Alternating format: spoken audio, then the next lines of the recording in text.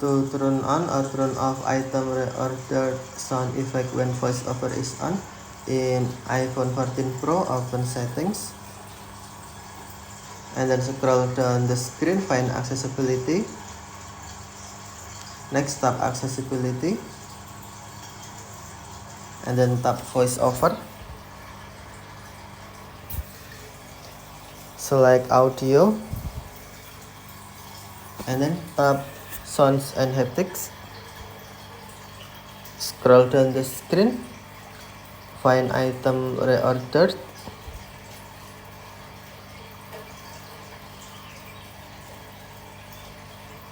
Next, tap item reordered and then on sound, tap switch until green to turn on or tap switch until gray to turn off item reordered sound effect when voiceover is on, or tap switch until green to turn on. Okay, thank you for watching. Have a nice day.